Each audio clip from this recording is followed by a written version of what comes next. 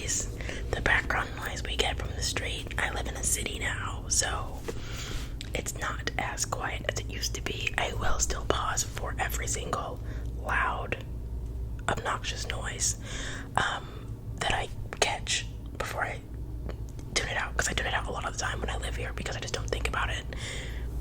But like, you're gonna hear a little bit of car noise, like I said last time.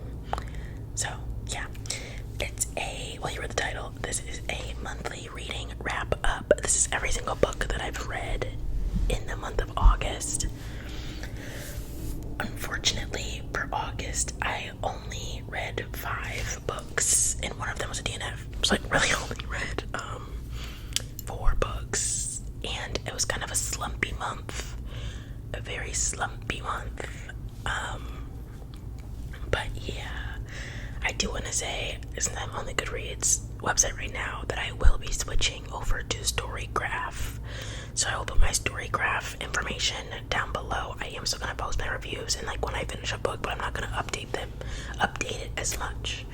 I still track my TBR on Goodreads because it just, in my brain, it's easier to do that there. And I don't want to have 2 different TBRs, so I have that one going in there. But yes, so well, let's get into it. I only have 2 physical books because I've really been in my Kobo bag, my e-reader. So unfortunately the stack looks like this. Oh, it looks like this. But let's get started. Okay, the first book that I read in August was The Paradise Problem by Christina Lauren. I loved this book. I gave this one a, let's see, I gave it a 4.5 out of 5 stars. This is a romance that takes place. It's kind of like a billionaire romance, I guess. But it's about 2 it's really complicated to explain. So, a woman and a man, Anna and Liam, got married for college rooming reasons. So they ended up getting married because they needed somewhere to live in college. It was like just a transactional relationship. Like, they weren't in love or anything. They were just kind of like glorified roommates, basically. But they got divorced, or so they thought, or whatever. So this follows Anna and Liam on basically this is kind of hard to explain. I could just read it to you, but I feel like I can do it. I feel like Liam's family owns a conglomerate of grocery stores, and Liam needs to have a wife in order to inherit this money. So he calls up Anna like 5 years or 4 years or 3 years or 2 years, I don't know how many years later, and it's like, hey, you want to come to this wedding at this like private island, pretend to be my wife so I can get this money and I'll pay you. So yeah, but it's a romance. It's very fun. I really, really enjoyed myself. It wasn't like I couldn't put it down, but I still had like a lot of fun. Like, I definitely would think about it when I would close it, and I'd be like, I can't wait till I can read that again. So yeah, this was a very big breath of fresh air after, I like to read a lot of murder books and thriller books and people dying. So yes, that is The Paradise Problem. Loved it. Highly recommend. It was super fun. The writing was super easy to fly through. And yeah, that's The Paradise Problem by Christina Lauren. Pick it up if you can. Very fun. The next book that I read was actually on my Kindle. I believe. I keep calling it Kindle because people know what that is, but it's a Kobo. On my e-reader. I'll just say that. So let's find that page. So yes, it was Bluebeards Castle by Anna Dorn. Wait, that might be wrong. Oh, Anna Biller. Anna Dorn is a completely different author. Anna Biller. She is actually the writer of The Love Witch, which is a movie that looked like it's set in the 60s and filmed in the 60s, but it came out in like 2015 or something. That's really fun. So I wanted to pick this one up because this is about, I'll just read it to you because I didn't finish it. So yes, When the successful British mystery writer Judith meets Gavin, a handsome and charming baron, at a birthday party on the Cornish coast, his love transforms her from a bitter, lonely young woman into a romance heroine overnight. After a whirlwind honeymoon in Paris, he whisks her away to a secluded Gothic castle, but soon she finds herself trapped in a nightmare, as her husband's mysterious nature and his alteration between charm and violence become increasingly frightening. As Judith battles both internal and external demons, including sexual ambivalence, psychological self-torture, gaslighting, family neglect, alcoholism, and domestic abuse. That's just something light. Like, Jesus, can she catch a break? She becomes increasingly addicted to her wild beast of a husband. Why do women stay in abusive relationships? The answer can be found in the tortured mind of the protagonist, whose richly layered fantasy life parallels that of the female Gothic romance reader. Okay, it said it was like a Gothic book, and the cover's really fun. It's up here, but the cover's really fun. So I was like, okay, I love my like art covers. That's my thing. But it ended up kind of falling flat for me. I don't know if it was because I was just in a slump and I wasn't really feeling anything, or no, I think it was the writing. I don't think I loved the writing, and I also didn't really like what I was getting. So, because like when I hear like, sorry, these cars are so loud, it's like bugging me, but I can't do anything about it.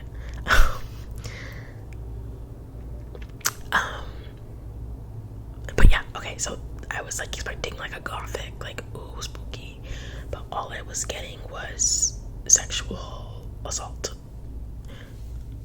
which wasn't what I really was like opening the book to read. And she was like glorifying it for herself.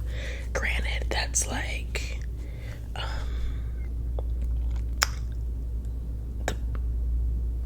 I don't even know what to say. That's like the beginning of the book, I guess, so it could have gone away, but it was really kind of just like she met this man and he's manipulating her and love bombing her and sexually assaulting her and all this stuff. And I guess it does say why women stay in abusive relationships, but it was like the book just started with that, and it was just like her loving this abusive relationship.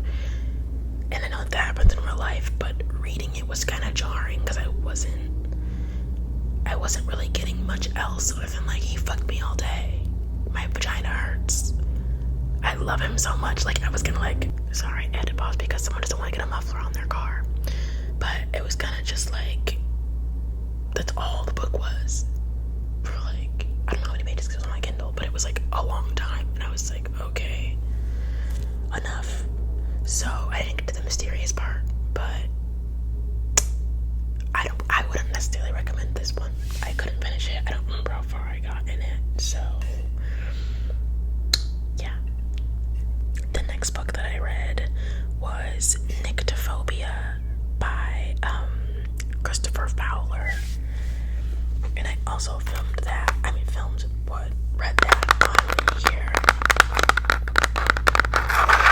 And it was a really fun time at first. I couldn't really get through it. But then I was like, okay. So I will read you what that one is about also.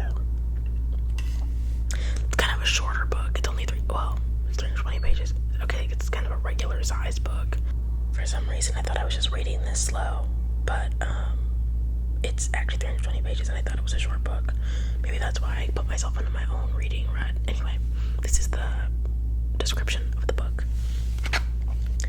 So before I get into that, I was still thirsty for a Gothic book, and I had to find another one. This is what I substituted Bluebeards Castle with. There are two things you need to know about haunted houses. One, there's never been an actual authenticated haunted house. Two, it's not the house that's haunted, but the person. Callie is a young architectural student who marries Mateo, a wine importer, and moves to a grand old house in southern Spain. Hyperion house is flooded with light and also has a mute gardener, a sinister housekeeper, and a sealed dark servant's quarters that nobody has the keys for. And although initially happy and taking care of Mateo's daughter, Callie can't help being drawn to the dark, empty rooms at the back of the house and becomes convinced that someone is living in there. Uncovering the house's history, she discovers the shocking truth. As Callie's fear of the darkness returns, she comes to understand the true nature of evil. Let's see what I gave this one. I rated this book a 3.75. Okay. I think where it fell flat for me was that I wasn't feeling horrified. I was just kind of feeling unsettled, which is fine. That's also a good vibe for a book, but I thought it was gonna be like, it was marketed as like a horror book, so I was like, okay, I'm ready to be horrored. I also felt I hate a trope where it's like no one believes the wife. The wife is going insane because it's like, why is nobody believing her? She's not crazy. I hate a gaslighting trope. I hate it. And it wasn't just like the husband, it was like everybody in the book was gaslighting her. Not that there were like secrets being held, but nobody was believing her. It was pissing me off. The atmosphere of the book was really good. I also really liked the twist. That was fun. And the atmosphere was great. So if you guys are looking for like a chill, spooky, not necessarily scary, but spooky, like August read, I would recommend Phobia. That one was pretty fun for what it was. Yeah, I feel like the ending also did let me down. I just read that in my review. I agree with you, Raven, from August 20-something. Okay. That's Phobia by Christopher Fowler. I miss my quiet home so bad. It used to be so easy to film, but I have to pause every 5 seconds. It makes me angry. Makes me so angry. But anyway, the next book that I read was such an anticipated read. So anticipated. I think I've been talking about this book here to myself or to other people for months since I saw the promo. And that is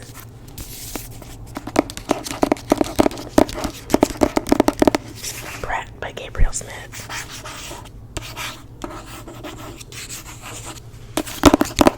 This is a horror, gothic, haunted house ghost story. And obviously this came out in June. Charlie XCX's album came out in June. I was living for Brad, and then I was also being told to buy Brad on my Instagram advertisements. So I was like, okay, I'm gonna get Brad, whatever. I finally caved and bought it. I didn't want to read it on my Kindle. I wanted the physical book because I just loved this cover. But I gave it 3 stars. I don't know if that's right up or down. I will clarify once I click on my review. And it was not at all what was advertised. It pissed me off. So I'll read you the inside of this book because I cannot really explain it because it's not really what it said it was. So I'll read you what it says. We meet our ill-tempered protagonist, the story's titular brat, at a low moment, but not yet at rock bottom. The Gabriel of the novel is mourning the death of his father, as well as a recent breakup, and struggling to finish writing his second book.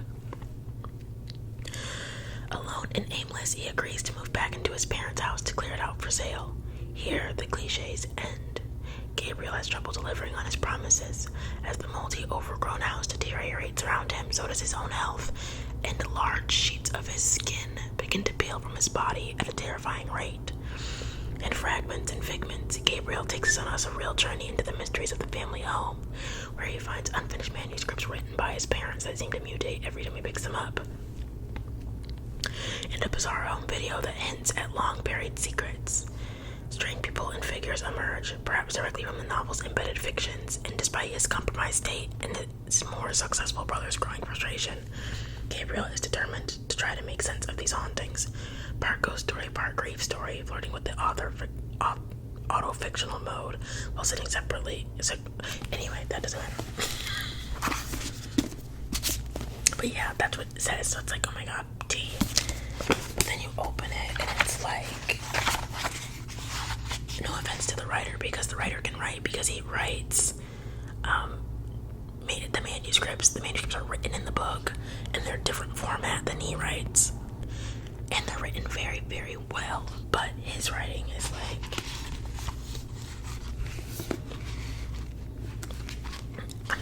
choose this page because it's so, like, this is how it is. It's like, pages are like this. It's like, kind of like a poetry book vibe, but it's not a poetry book. I don't know. Okay.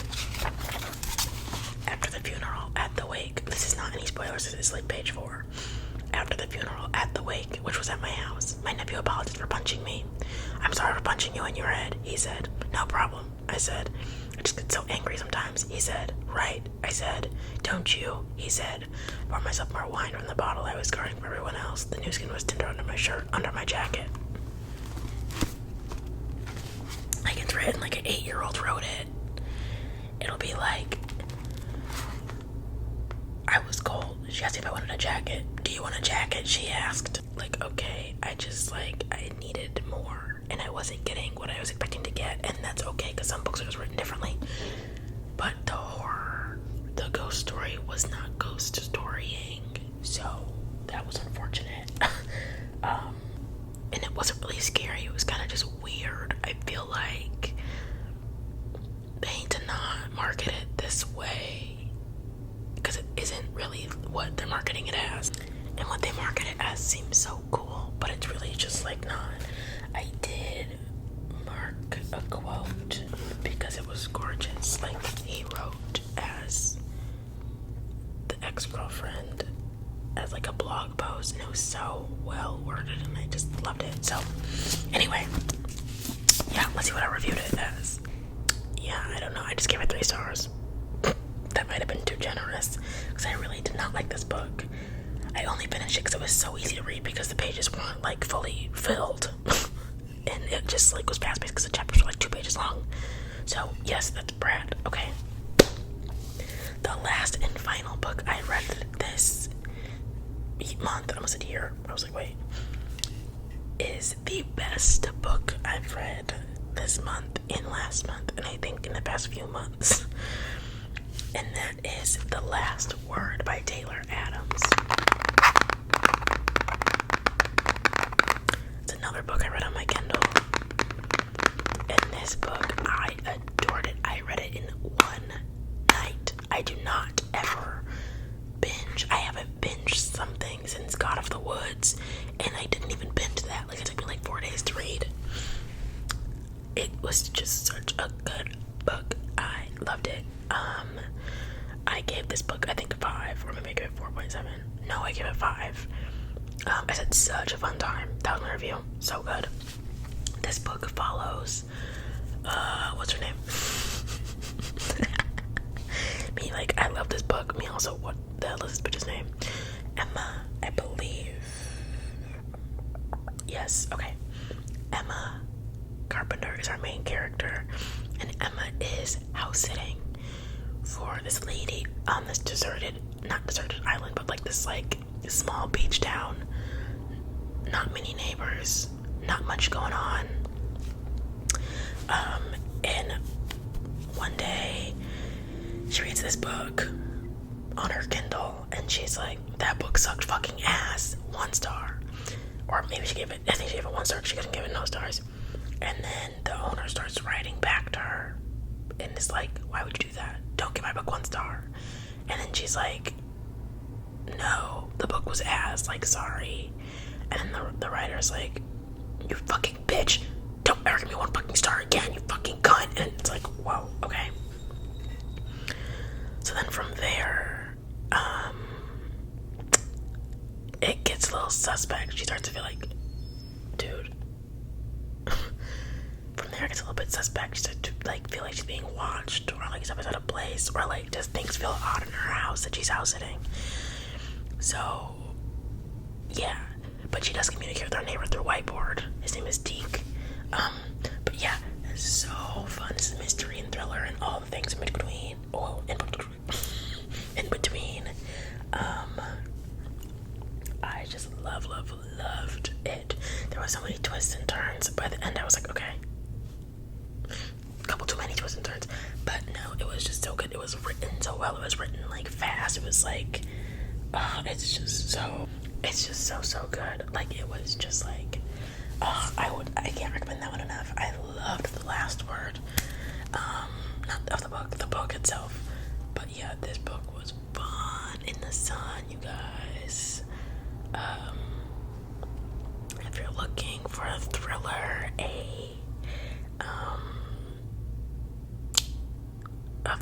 or it's just so fun. It's such a fun book, and I've heard a lot about it, and I randomly was like, I want to read that book, so I downloaded it off the NS archive and started reading it, and I finished it in one day. So good. But yes, that is all the books that I've read in the month of August. Hopefully for September I have more books. It's fall, you guys, so amazing as it's like 80 degrees outside.